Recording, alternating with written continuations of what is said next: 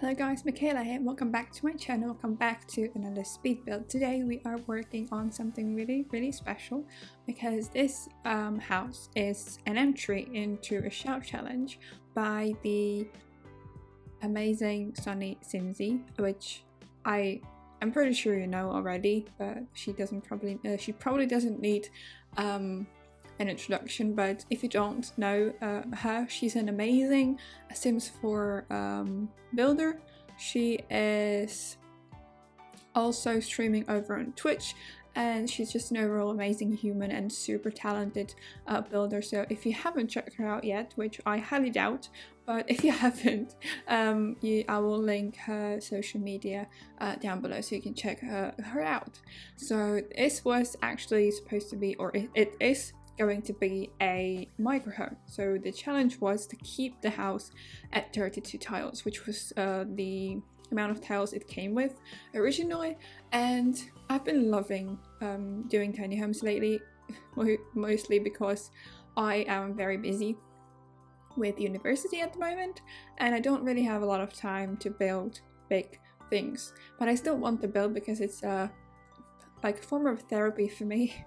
It's like my creative outlet, and that's why I want to build. So I build smaller things at the moment, which I'm not sure if you mind or not, but I love it. I'm enjoying it a lot because I'm able to build them.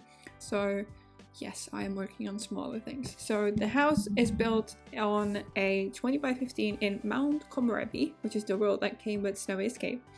And it comes in at 24,731 simoleons, which is, I think, a really great price. So it's not like fully a starter home, but it's like a very close to a starter home. So maybe you can like use your sim somewhere else and then you can like move to this house because it's just super cute. And you get lots of like super cool perks with the micro home thing. I don't remember which like what all of them are because I haven't played the game itself in like a very long time, but I know there are a lot of, I think, some skill perks and some like relationship perks, so I think that's pretty cool for gameplay, especially when you're starting with the family or with like a single sim, because this house is for a single sim. I don't think I've said that. Did I? Oh, I probably didn't. So yeah, this house is for a single sim. So if you're starting off with your sim, this is the perfect place to start if you have some like extra money spared from something, I guess. So now we're working on the landscaping. I also decided to create a pond because I wasn't really sure what to put onto the lot like extra on the outside. So I wanted to, or I decided to add a pond here, and I really love how the pond turned out. So I use mostly landscaping from Snowy Escape, obviously, because as I mentioned in pretty much every single speed build I do, I like to do landscaping that blends in with the rest of the world that I'm building in. So I try to use like the landscaping that was used in like the world itself. So that's why I mostly used Snowy Escape landscaping here. I did add like some greenery around the house, and then I added some rocks here and there, and I absolutely love how this turned out. So yeah, I am bad recording my voiceovers again because it's so hard to find time for recording voiceovers now. I'm just so busy with uni these days. It's ridiculous. I can't wait for the semester and everything to be over, really, because it's stressing me out, and I have a lot that needs to be done before my like finals that will take place like end of May, beginning of June, and it's really a lot. I need to prepare my questions, I need to prepare like the thing I need to learn for them, and I still have some exams left to do this semester, so it's a lot. But as I said, Sims is like a great therapy for me to kind of get my mind off everything that's going on. So yeah, unfortunately I haven't had a lot of time to build, but I'm still able to build, at least, as I said, tiny homes, like smaller builds, some room builds also, to kind of when I'm studying, when I have a study break. So yeah, so the good thing is that I don't necessarily have to go to school that much anymore. I have like one more class. Then I have a written test and an oral exam.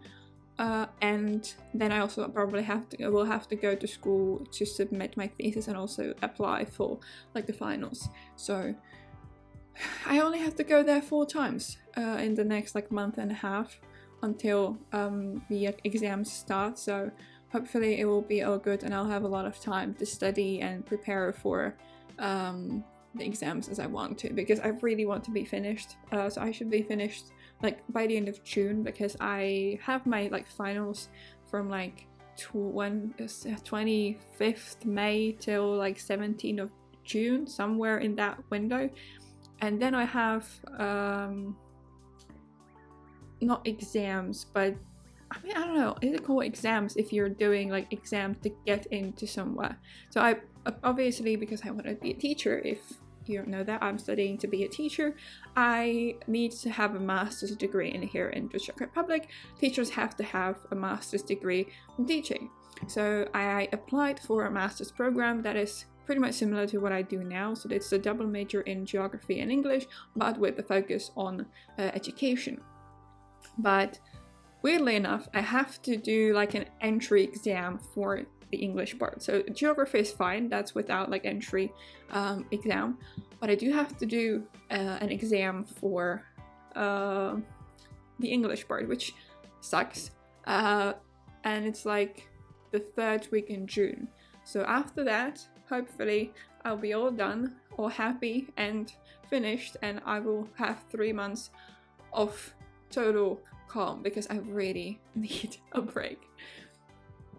So yeah, let's move on to talk about the build, because I haven't really said a lot about it yet, and I'm sorry if I've gone on a little bit of a rumble about my personal life. I hope you don't mind that.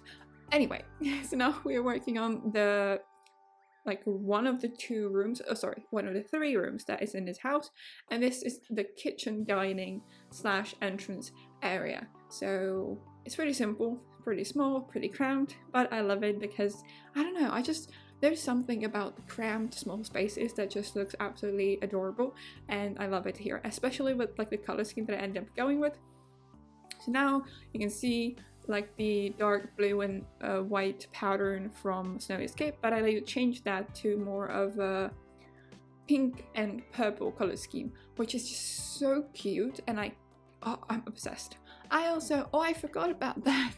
I also added an animal bed, so you can have an animal here. I was thinking about the dog because there is no litter box, because there is not a lot of space for a litter box, but you can add one if you want to.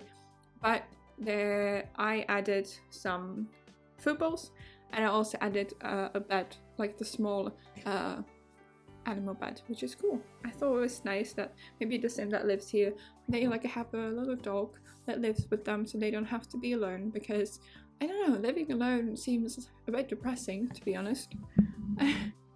Anyway, I used the counters from Dream Decorator, because they're one of my favorites and I think they look really cool. And I also like the fact that I used the wallpaper that came with Snowy Escape, which is like the traditional looking wallpaper. I don't really use it much, even when I build in Snowy Escape, not in Snowy Escape, in Mount Komorebi. I don't often use this particular wallpaper, but I thought it looked nice because I wanted to kind of mix the traditional with the modern here. So like maybe it was remodeled, so it was like an older house and they kind of just swapped the furniture here and then used it for like to live in, which I thought was a cool idea. So that's why I kept the wallpaper, or did the wallpaper this way. I'm also adding some clutter here and there, which, you know, if you've been here on my channel before, you know that I absolutely love clutter and I love adding stuff to make spaces look lived in, and yeah. So we're just still adding some clutter. I also love the fact that I was able to squeeze in some stuff between the, not oven, well, how is it called? Like the countertop thing that you cook on. I'm sorry, I can't remember the word for it. And the microwave. So I thought it was like really cute that you could add some like spices and something extra there. Also added the sign for the shoes. I think if you have the sign in the house, your Sims, you can set if your Sims take off their shoes or not, which I know is not a thing in America, taking like shoes off, but we do it here. We don't really walk around the house in shoes.